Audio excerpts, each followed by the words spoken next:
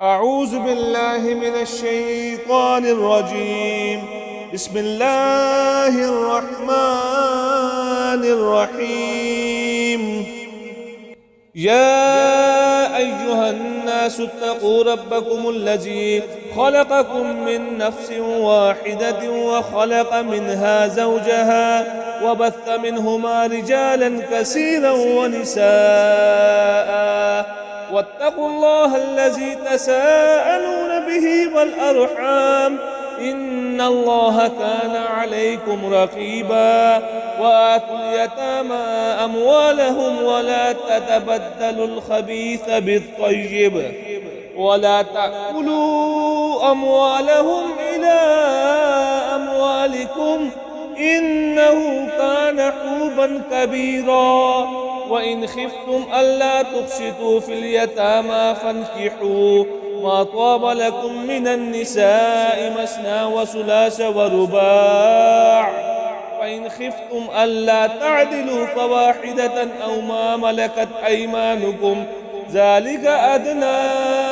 ألا تعولوا. وآتوا النساء صدقاتهن نحلة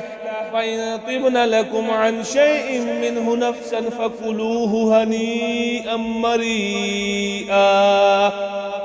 ولا تؤتوا السفهاء أموالكم التي جعل الله لكم قياما وارزقوهم فيها واكسوهم وقولوا لهم قولا معروفا. وابتلوا اليتامى حتى إذا بلغوا النكاح فإن آنستم منهم رشدا فادفعوا إليهم أموالهم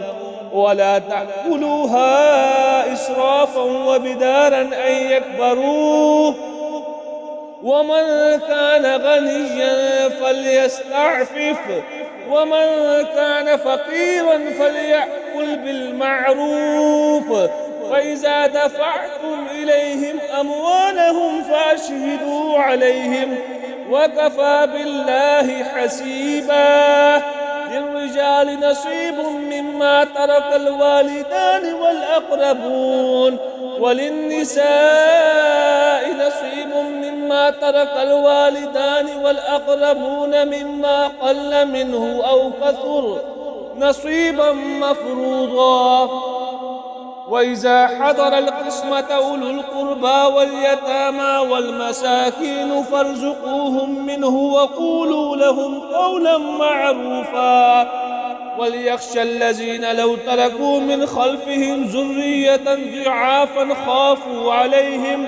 فليتقوا الله وليقولوا قولا سديدا. إن الذين يأكلون أموال اليتامى ظلما إنما يأكلون في بطونهم نارا وسيصلون سعيرا. يوصيكم الله في أولادكم للذكر مثل حظ الأنثيين فإن كن نساء فوق اثنتين فلهن ثلثا ما ترك فوق اثنتين فلهن ثلثا ما ترك وإن كانت واحدة فلها النصف ولأبويه لكل واحد منهما السدس مما ترك إن كان له ولد فإن لم يكن له ولد وورثه أبواه فلأمه الثلث فإن كان له إخوة فلأمه السدس من بعد وصية يوصي بها أو دين. آباؤكم وأبناؤكم لا تدرون أيهم أقرب لكم نفعا فريضة من الله إن الله كان عليما حكيما. ولكم نصف ما ترك أزواجكم إن لم يكن لهن ولد فإن كان لهن ولد فلكم الربع مما تركن من بعد وصية يوصين بها أو دين ولهن الربع مما تركتم إن لم يكن لكم ولد فإن كان لكم ولد فلهن الثمن مما تركتم من بعد وصية توصون بها أو دين. وإن كان رجل يورث كلالة أو امرأة وله أخ أو أخت فلكل واحد منهما السدس، فإن كانوا أكثر من ذلك فهم شركاء في الثلث من بعد وصية يوصى بها أو دين غير مضار، وصية من الله والله عليم حليم. تلك حدود الله، ومن يطع الله ورسوله يدخله جنات تجري من تحتها الأنهار خالدين فيها، وذلك الفوز العظيم. ومن يعص الله ورسوله ويتعد حدوده يدخله نارا خالدا فيها وله عذاب مهين. واللاتي يأتين الفاحشة من نسائكم فاستشهدوا عليهن 4 منكم، فإن شهدوا فأمسكوهن في البيوت حتى يتوفاهن الموت أو يجعل الله لهن سبيلا. واللذان يأتيانها منكم فآذوهما، فإن تابا وأصلحا فأعرضوا عنهما إن الله كان توابا رحيما. إنما التوبة على الله للذين يعملون السوء بجهالة ثم يتوبون من قريب فأولئك يتوب الله عليهم وكان الله عليما حكيما. وليست التوبة للذين يعملون السيئات حتى إذا حضر أحدهم الموت قال إني تبت الآن، ولا الذين يموتون وهم كفار أولئك أعتدنا لهم عذابا أليما. يا أيها الذين آمنوا لا يحل لكم أن ترثوا النساء كرها ولا تعضلوهن لتذهبوا ببعض ما آتيتموهن إلا أن يأتين بفاحشة مبينة وعاشروهن بالمعروف، فإن كرهتموهن فعسى أن تكرهوا شيئا ويجعل الله فيه خيرا كثيرا. وإن أردتم استبدال زوج مكان زوج وآتيتم إحداهن قنطارا فلا تأخذوا منه شيئا أتأخذونه بهتانا وإثما مبينا وكيف تأخذونه وقد أفضى بعضكم إلى بعض وأخذن منكم ميثاقا غليظا ولا تنكحوا ما نكح آباؤكم من النساء إلا ما قد سلف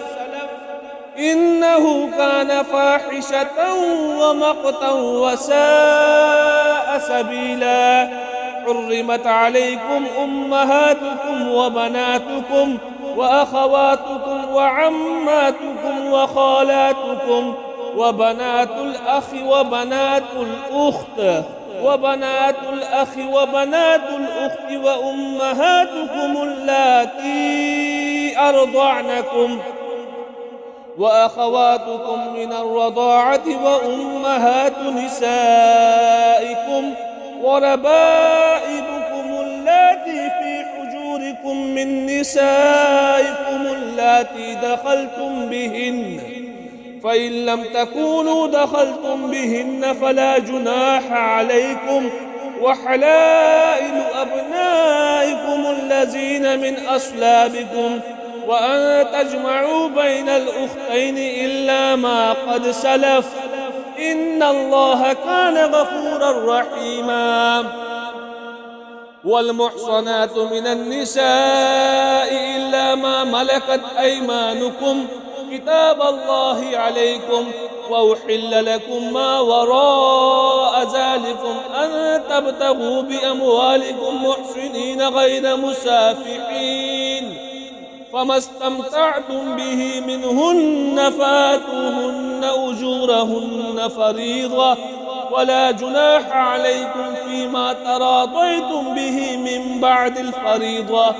إن الله كان عليما حكيما. ومن لم يستطع منكم قولا أن ينكح المحصنات المؤمنات فمما ملكت أيمانكم من فتياتكم المؤمنات، والله أعلم بإيمانكم بعضكم من بعض، فانكحوهن بإذن أهلهن وآتوهن أجورهن بالمعروف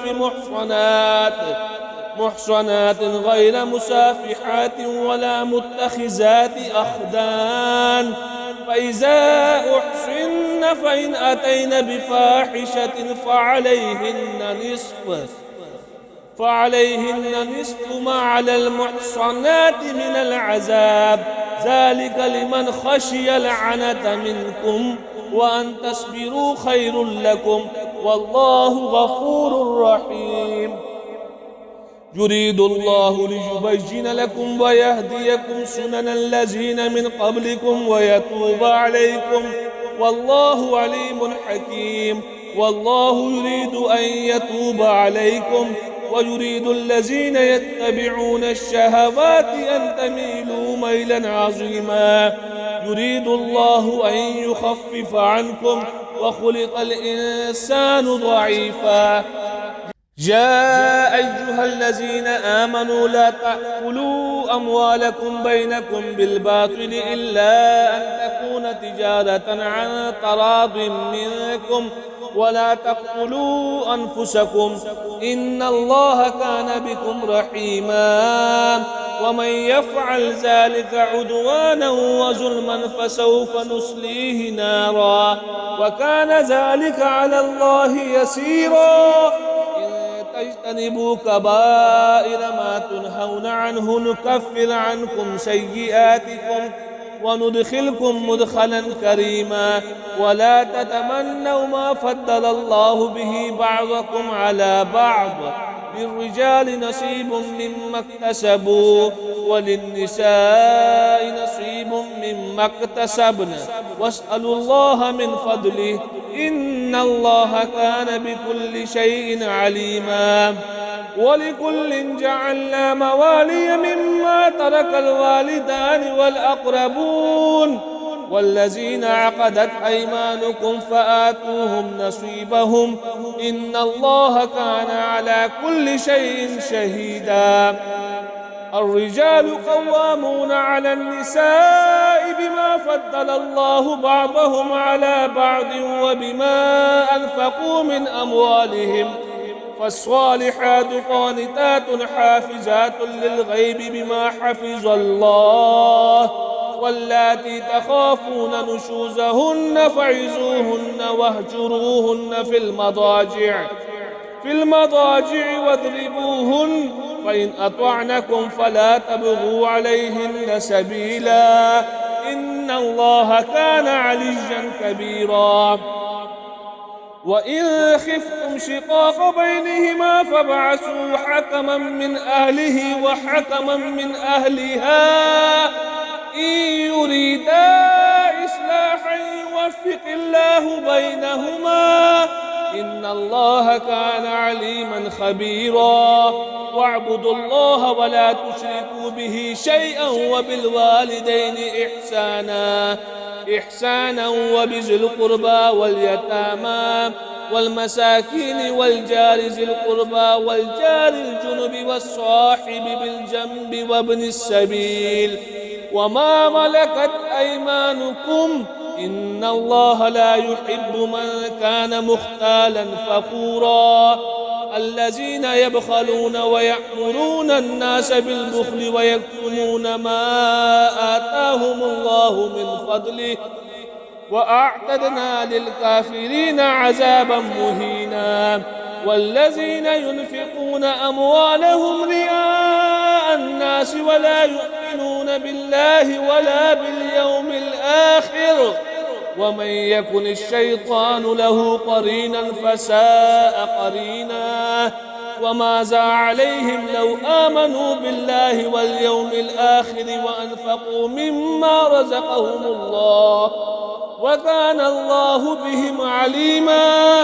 إن الله لا يظلم مثقال ذرة وإن تك حسنة يضاعفها ويؤت من لدنه أجرا عظيما فكيف إذا جئنا من كل أمة بشهيد وجئنا بك على هؤلاء شهيدا يومئذ يود الذين كفروا وعصوا الرسول لو تسوى بهم الأرض ولا يكتمون الله حديثا يا أيها الذين آمنوا لا تقربوا الصلاة وأنتم سكارى حتى تعلموا ما تقولون ولا جنبا إلا عابري سبيل حتى تغتسلوا وإن كنتم مرضى أو على سفر أو جاء أحد منكم من الغائط أو لامستم النساء فلم تجدوا ماء فتيمموا صعيدا طيبا فامسحوا بوجوهكم وأيديكم إن الله كان عفوا غفورا ألم تر إلى الذين أوتوا نصيبا من الكتاب يشترون الضلالة ويريدون أن تضلوا السبيل والله أعلم بأعدائكم وكفى بالله وليا وكفى بالله نصيرا إن الذين هادوا يحرفون الكلم عن مواضعه ويقولون سمعنا وعصينا واسمع غير مسمع وراعنا ليا بألسنتهم وطعنا في الدين ولو أنهم قالوا سمعنا وأطعنا واسمع وانظرنا لكان خيرا لهم وأقوم ولكن لعنهم الله بكفرهم فلا يؤمنون إلا قليلا يا أيها الذين أوتوا الكتاب آمنوا بما نزلنا مصدقا لما معكم من قبل أن نطمس وجوها فنردها على أدبارها أو نلعنهم كما لعنا أصحاب السبت وكان أمر الله مفعولا إن الله لا يغفر أن يشرك به ويغفر ما دون ذلك لمن يشاء ومن يشرك بالله فقد افترى إثما عظيما ألم تر إلى الذين يزكون أنفسهم بل الله يزكي من يشاء ولا يظلمون فتيلا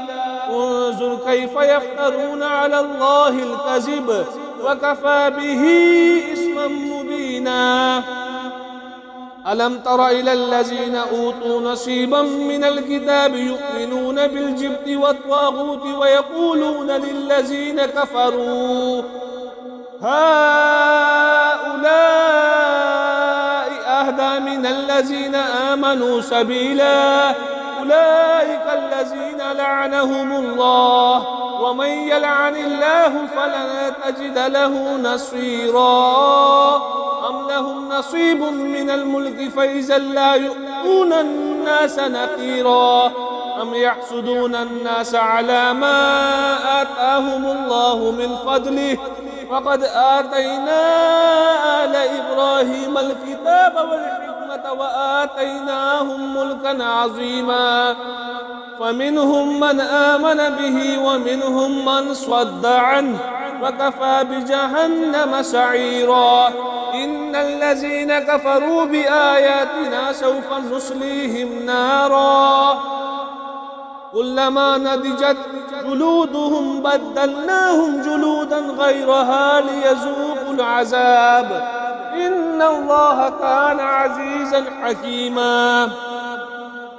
والذين آمنوا وعملوا الصالحات سندخلهم جنات تجري من تحتها الأنهار خالدين فيها أبدا، لهم فيها أزواج مطهرة وندخلهم ظلا ظليلا. إن الله يأمركم أن تؤدوا الأمانات إلى أهلها وإذا حكمتم بين الناس أن تحكموا بالعدل، إن الله نعم ما يعظكم به، إن الله كان سميعا بصيرا. إن الله كان سميعا بصيرا. يا أيها الذين آمنوا أطيعوا الله وأطيعوا الرسول وأولي الأمر منكم، فإن تنازعتم في شيء فردوه إلى الله والرسول إن كنتم تؤمنون بالله واليوم الآخر، ذلك خير وأحسن تأويلا. ألم تر إلى الذين يزعمون أنهم آمنوا بما أنزل إليك وما أنزل من قبلك يريدون أن يتحاكموا إلى الطاغوت وقد أمروا أن يكفروا به ويريد الشيطان أن يضلهم ضلالا بعيدا. وإذا قيل لهم تعالوا إلى ما أنزل الله وإلى الرسول لأيت المنافقين يصدون عنك صدودا. فكيف إذا أصابتهم مصيبة بما قدمت أيديهم ثم جاءوك يحلفون بالله إن أردنا إلا إحسانا وتوفيقا، أولئك الذين يعلم الله ما في قلوبهم فأعرض عنهم وعزهم وقل لهم في أنفسهم قولا بليغا. وما أرسلنا من رسول إلا ليطاع بإذن الله ولو أنهم إذ ظلموا أنفسهم جاءوك فاستغفروا الله واستغفر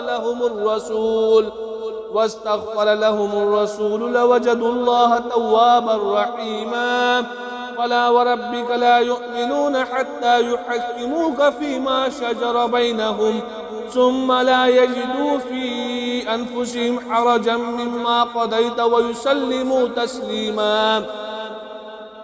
ولو أنا كتبنا عليهم أن اقتلوا أنفسكم أو اخرجوا من دياركم ما فعلوه إلا قليل منهم، ولو أنهم فعلوا ما يوعظون به لكان خيرا لهم وأشد تثبيتا، وإذا لآتيناهم من لدنا أجرا عظيما ولهديناهم صراطا مستقيما. ومن يطع الله والرسول فأولئك مع الذين أنعم الله عليهم من النبيين والصديقين والشهداء والصالحين وحسن أولئك رفيقا. ذلك الفضل من الله وكفى بالله عليما. يا أيها الذين آمنوا خذوا حذركم فانفروا ثبات أو انفروا جميعا وإن منكم لمن ليبطئن فإن أصابتكم مصيبة قال قد أنعم الله علي إذ لم أكن معهم شهيدا ولئن أصابكم فضل من الله ليقولن كأن لم تكن بينكم وبينه مودة يا ليتني كنت معهم فأفوز فوزا عظيما. فليقاتل في سبيل الله الذين يشرون الحياة الدنيا بالآخرة ومن يقاتل في سبيل الله فيقتل أو يغلب وسوف نؤتيه أجرا عظيما. وما لكم لا تقاتلون في سبيل الله والمستضعفين من الرجال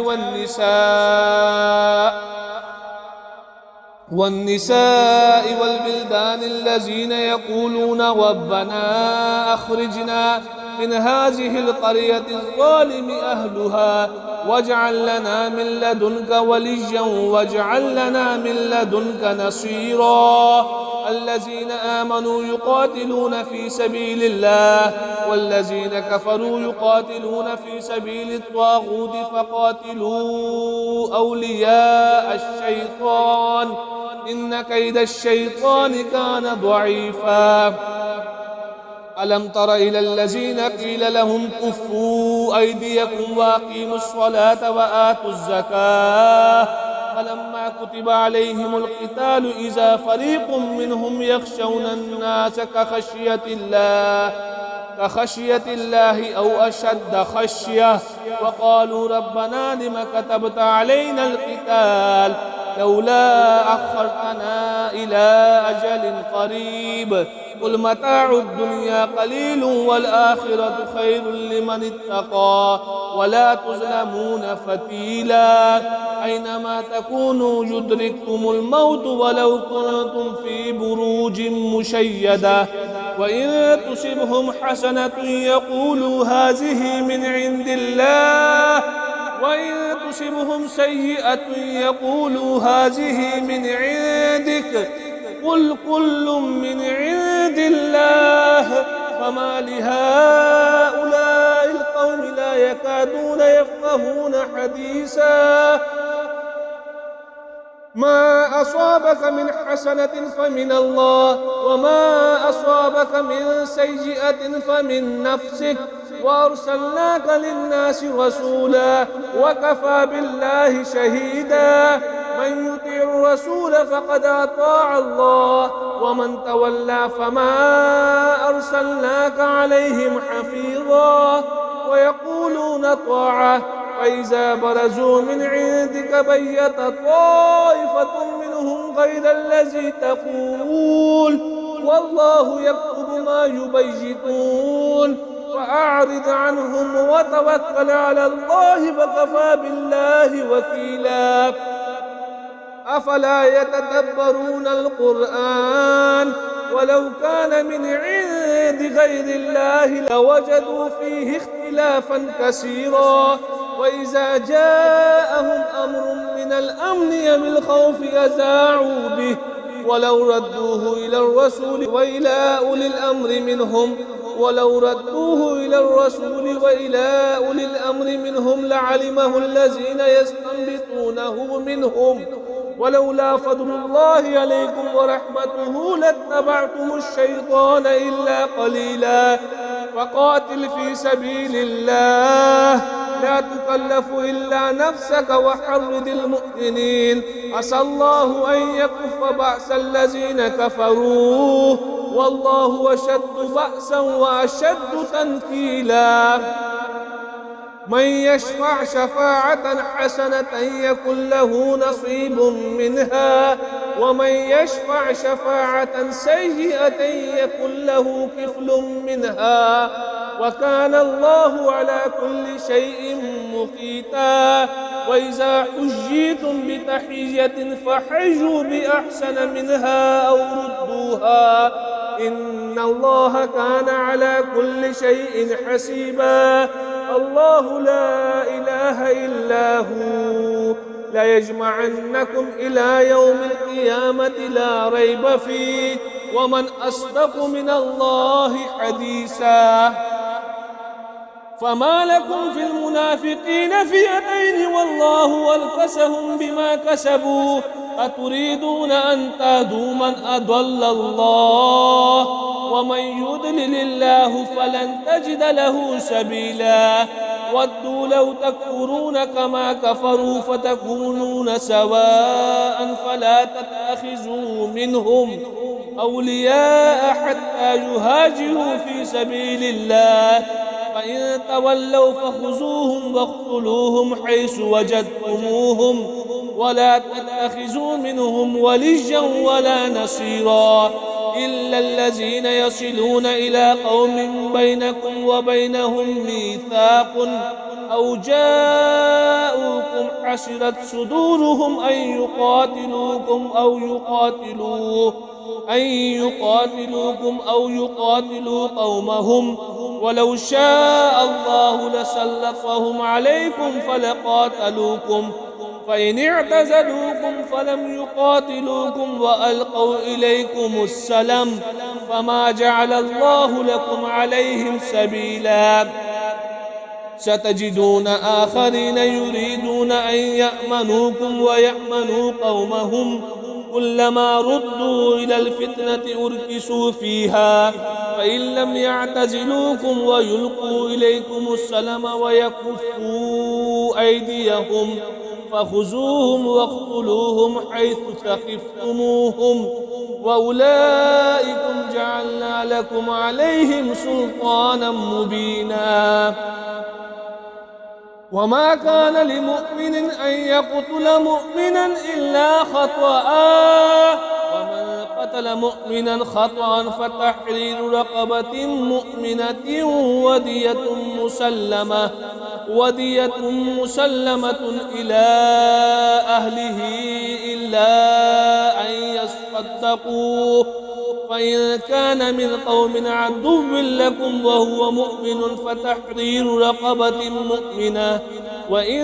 كان من قوم بينكم وبينهم ميثاق فدية مسلمة إلى أهله وتحرير رقبة مؤمنة، فمن لم يجد فصيام شهرين متتابعين توبة من الله وكان الله عليما حكيما. ومن يقتل مؤمنا متعمدا فجزاؤه جهنم خالدا فيها وغضب الله عليه ولعنه وأعد له عذابا عظيما. يا أيها الذين آمنوا إذا ضربتم في سبيل الله فتبينوا ولا تقولوا لمن ألقى إليكم السلام لست مؤمنا تبتغون عرض الحياة الدنيا وعند الله مغانم كثيرة كذلك كنتم من قبل فمن الله عليكم فتبينوا إن الله كان بما تعملون خبيرا. لا يستوي القاعدون من المؤمنين غير أولي الضرر والمجاهدون في سبيل الله بأموالهم وأنفسهم، فضل الله المجاهدين بأموالهم وأنفسهم على القاعدين درجة وكلا وعد الله الحسنى، وفضل الله المجاهدين على القاعدين أجرا عظيما درجات منه ومغفرة ورحمة وكان الله غفورا رحيما. إن الذين توفاهم الملائكة ظالمي أنفسهم قالوا فيم كنتم قالوا كنا مستضعفين من الأرض قالوا ألم تكن أرض الله واسعة فتهاجروا فيها فأولئك مأواهم جهنم وساءت مصيرا إلا المستضعفين من الرجال والنساء والولدان لا يستطيعون حيلة ولا يهتدون سبيلا فأولئك عسى الله أن يعفو عنهم وكان الله عفوا غفورا. ومن يهاجر في سبيل الله يجد في الأرض مراغما كثيرا وسعة ومن يخرج من بيته مهاجرا إلى الله ورسوله ثم يدركه الموت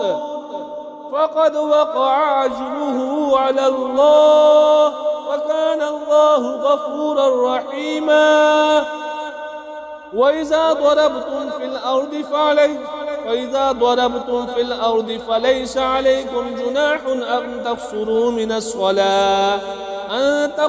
من الصلاة إن خفتم أن يفتنكم الذين كفروا إن الكافرين كانوا لكم عدوا مبينا.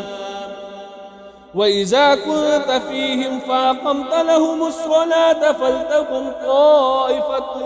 منهم معك وليأخذوا أسلحتهم فإذا سجدوا فليكونوا من ورائكم ولتأت طائفة أخرى لم يصلوا فليصلوا معك وليأخذوا حذرهم وأسلحتهم ود الذين كفروا لو تغفلون عن أسلحتكم وأمتعتكم فيميلون عليكم ميلة واحدة ولا جناح عليكم إن كان بكم أذى من مطر أو كنتم مرضى أن تزعوا أسلحتكم وخذوا حذركم إن الله أعد للكافرين عذابا مهينا فإذا قضيتم الصلاة فاذكروا الله قياما وقعودا وعلى جنوبكم فإذا اطمأننتم فأقيموا الصلاة إن الصلاة كانت على المؤمنين كتابا موقوتا ولا تهنوا في ابتغاء القوم إن تكونوا تعلمون فإنهم يعلمون كما تعلمون وترجون من الله ما لا يرجون وكان الله عليما حكيما إنا أنزلنا إليك الكتاب بالحق لتحكم بين الناس بما أراك الله ولا تكن للخائنين خصيما واستغفر الله إن الله كان غفورا رحيما ولا تجادل عن الذين يختانون أنفسهم إن الله لا يحب من كان خوانا أثيما يستخفون من الناس ولا يستخفون من الله وهو معهم إذ يبيتون ما لا يرضى من القول وكان الله بما يعملون محيطا ها أنتم هؤلاء جادلتم عنهم في الحياة الدنيا ومن يجادل الله عنهم يوم القيامة أم من يكون عليهم وكيلا ومن يعمل سوءا أو يظلم نفسه ثم يستغفر الله يجد الله غفورا رحيما ومن يكسب إثما فإنما يكسبه على نفسه وكان الله عليما حكيما ومن يكسب خطيئة أو إثما ثم يرم به بريئا فقد احتمل بهتانا وإثما مبينا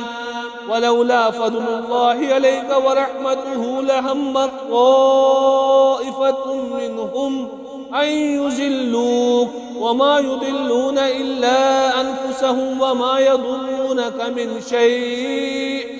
وأنزل الله عليك الكتاب والحكمة وعلمك ما لم تكن تعلم وكان فضل الله عليك عظيما لا خير في كثير من نجواهم إلا من أمر بصدقة أو معروف أو إصلاح بين الناس ومن يفعل ذلك ابتغاء مرضات الله فسوف نؤتيه أجرا عظيما ومن يشاقق الرسول من بعد ما تبين له الهدى ويتبع غير سبيل المؤمنين نوله ما تولى ونصله جهنم وساءت مصيرا إن الله لا يغفر أن يشرك به ويغفر ما دون ذلك لمن يشاء ومن يشرك بالله فقد ضل ضلالا بعيدا إن يدعون من دونه إلا إناثا وإن يدعون إلا شيطانا مريدا لعنه الله وقال لأتخذن من عبادك نصيبا مفروضا ولأضلنهم ولأمنينهم ولآمرنهم فليبتكن آذان الأنعام ولآمرنهم فليغيرن خلق الله ومن يتخذ الشيطان وليا من دون الله فقد خسر خسرانا مبينا يعدهم ويمنيهم وما يعدهم الشيطان إلا غرورا أولئك مأواهم جهنم ولا يجدون عنها محيصا والذين آمنوا وعملوا الصالحات سندخلهم جنات تجري من تحتها الأنهار خالدين فيها أبدا وعد الله حقا ومن أصدق من الله قيلا ليس بأمانيكم ولا أماني أهل الكتاب من يعمل سوءا يجز به ولا يجد له من دون الله وليا ولا نصيرا ومن يعمل من الصالحات من ذكر أو أنثى وهو مؤمن فأولئك يدخلون الجنة ولا يظلمون نقيرا ومن أحسن دينا ممن أسلم وجهه لله وهو محسن واتبع ملة إبراهيم حنيفا واتخذ الله إبراهيم خليلا ولله ما في السماوات وما في الأرض وكان الله بكل شيء محيطا ويستفتونك في النساء قل الله يفتيكم فيهن وما يتلى عليكم في الكتاب في يتامى النساء اللاتي لا تؤتونهن ما كتب لهن وترغبون أن تنكحوهن والمستضعفين من البلدان وأن تقوموا لليتامى بالقسط وما تفعلوا من خير فإن الله كان به عليما وإن امرأة خافت من بعلها نشوزا أو إعراضا فلا جناح عليهما أن يصلحا بينهما صلحا والصلح خير وأحزرت الأنفس الشح وإن تحسنوا وتتقوا فإن الله كان بما تعملون خبيرا ولن تستطيعوا أن تعدلوا بين النساء ولو حرصتم فلا تميلوا كل الميل فتذروها كالمعلقة وإن تصلحوا وتتقوا فإن الله كان غفورا رحيما وإن يتفرقا يغني الله كلا من سعته وكان الله واسعا حكيما ولله ما في السماوات وما في الأرض ولقد وصينا الذين أوتوا الكتاب من قبلكم وإياكم أن اتقوا الله وإن تكفروا فإن لله ما في السماوات وما في الأرض وكان الله غنيا حميدا ولله ما في السماوات وما في الأرض وكفى بالله وكيلا إن يشأ يذهبكم أيها الناس ويأتي بآخرين وكان الله على ذلك قديرا من كان يريد ثواب الدنيا فعند الله ثواب الدنيا والآخرة وكان الله سميعا بصيرا يا أيها الذين آمنوا كونوا قوامين بالقسط شهداء لله ولو على أنفسكم أو الوالدين والأقربين إن يكن غنيا أو فقيرا فالله أولى بهما ولا تتبعوا الهوى أن تعدلوا وإن تلووا أو تعرضوا فإن الله كان بما تعملون خبيرا يا أيها الذين آمنوا بالله ورسوله والكتاب الذي نزل على رسوله والكتاب الذي أنزل من قبل ومن يكفر بالله وملائكته وكتبه ورسله واليوم الآخر فقد ضل ضلالا بعيدا إن الذين آمنوا ثم كفروا ثم آمنوا ثم كفروا ثم ازدادوا كفرا لم يكن الله ليغفر لهم ولا ليهديهم سبيلا. بشر المنافقين بأن لهم عذابا أليما. الذين يتخذون الكافرين أولياء من دون المؤمنين أيبتغون عندهم العزة فإن العزة لله جميعا. وقد نزل عليكم في الكتاب أن إذا سمعتم آيات الله يكفر بها ويستهزأ بها فلا تقعدوا معهم حتى يخوضوا في حديث غيره إنكم إذا مثلهم إن الله جامع المنافقين والكافرين في جهنم جميعا. الذين يتربصون بكم فإن كان لكم فتح من الله قالوا ولم نكن معكم وإن كان للكافرين نصيب قالوا ألم نستحوذ عليكم ونمنعكم من المؤمنين والله يحكم بينكم يوم القيامة ولن يجعل الله للكافرين على المؤمنين سبيلا.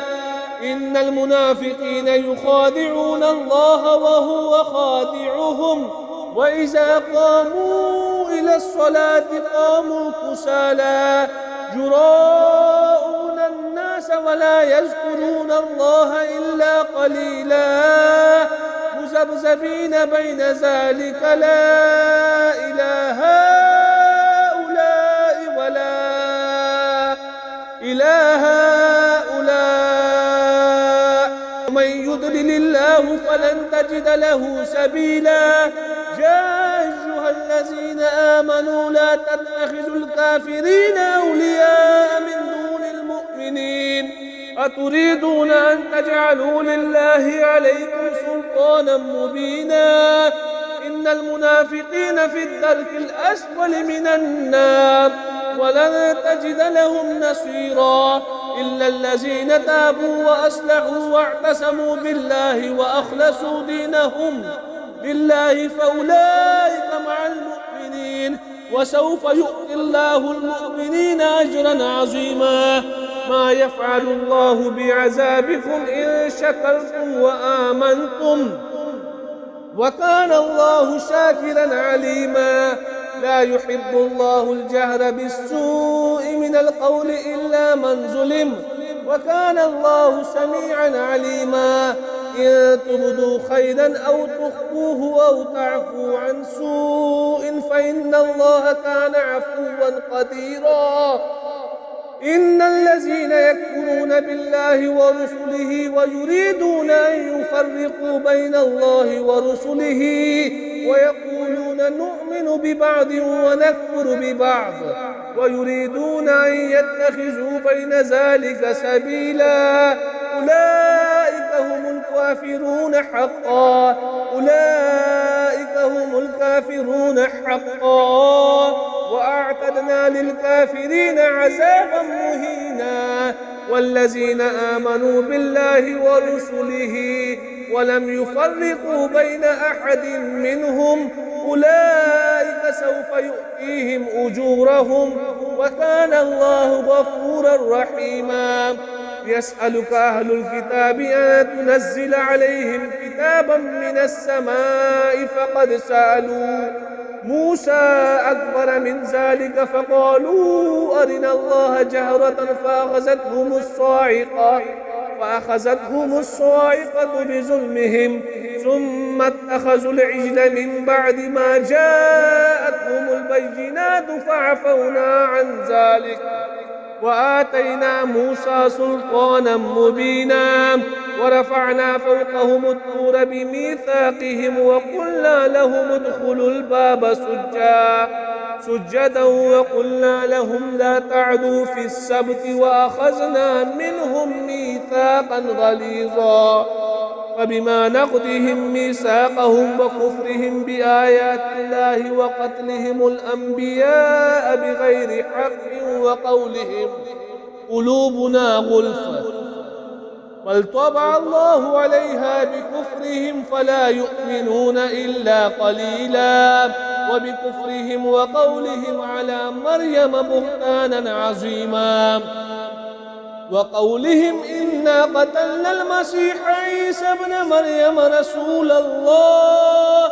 وما قتلوه وما صلبوه ولكن شبه لهم وإن الذين اختلفوا فيه لفي شك منه ما لهم به من علم إلا اتباع الظن وما قتلوه يقينا بل رفعه الله إليه